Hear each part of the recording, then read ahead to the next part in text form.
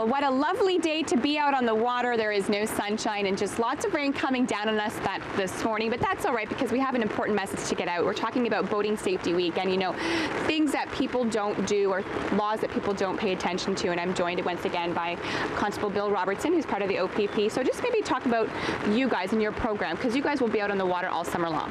Yeah, that's right. The OPP, they do have a specialized patrol unit. It's called the SAVE unit. I'm part of that unit, and we will be on the water from ice out till ice in. We're equipped with outboards on our boats, so we have the ability to do that. And as well, we also have our detachments, which have their own individual marine programs, and they're out there generally during the heightened part of the season. Okay. So you guys, what will we be looking for out on the water today, or this season, I guess, this year?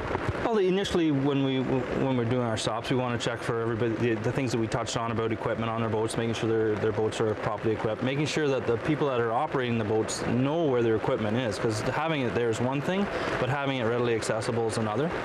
We find a lot of people with equipment in locked drawers and stuff, and they can't find the keys, and you know, it's no good to you if you can't get to it.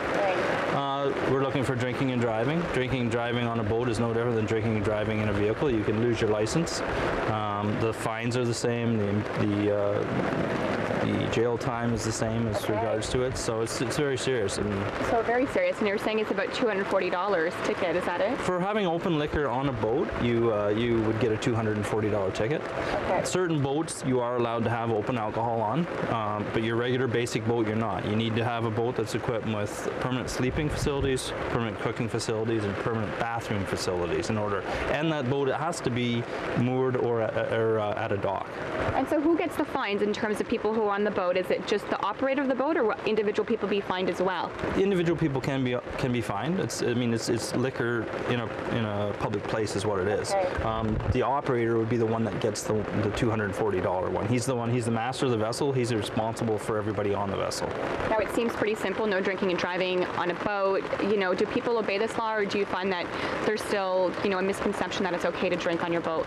Well, believe it or not, I would say this year, so far, I mean, we've really been out in full force for about the last 3 weeks, and I would actually say that I think the liquor this year has been worse than ever so far. Really? I would say somewhere in the neighborhood of 25% of the boats were stopped already. It's already had liquor on it. We've laid probably 35 charges in 3 weekends, and to me, that's a lot. So people just aren't getting the message, or they're just not paying attention, or they're just, you know... No, well, a lot of people they seem to think that a couple of beers on a boat is okay, and you know what? A couple of beers at home or whatever might be okay, but a couple of beers on a boat can be a totally different story. The weather and everything else can have an adverse effect on your ability to operate stuff by itself, let alone dehydration from not having enough fluids on your boat, as well as the weather causing some fatigue in your body. I know there's obviously lots of information about this. Do you guys have a program where people who need more information about boating safety can go?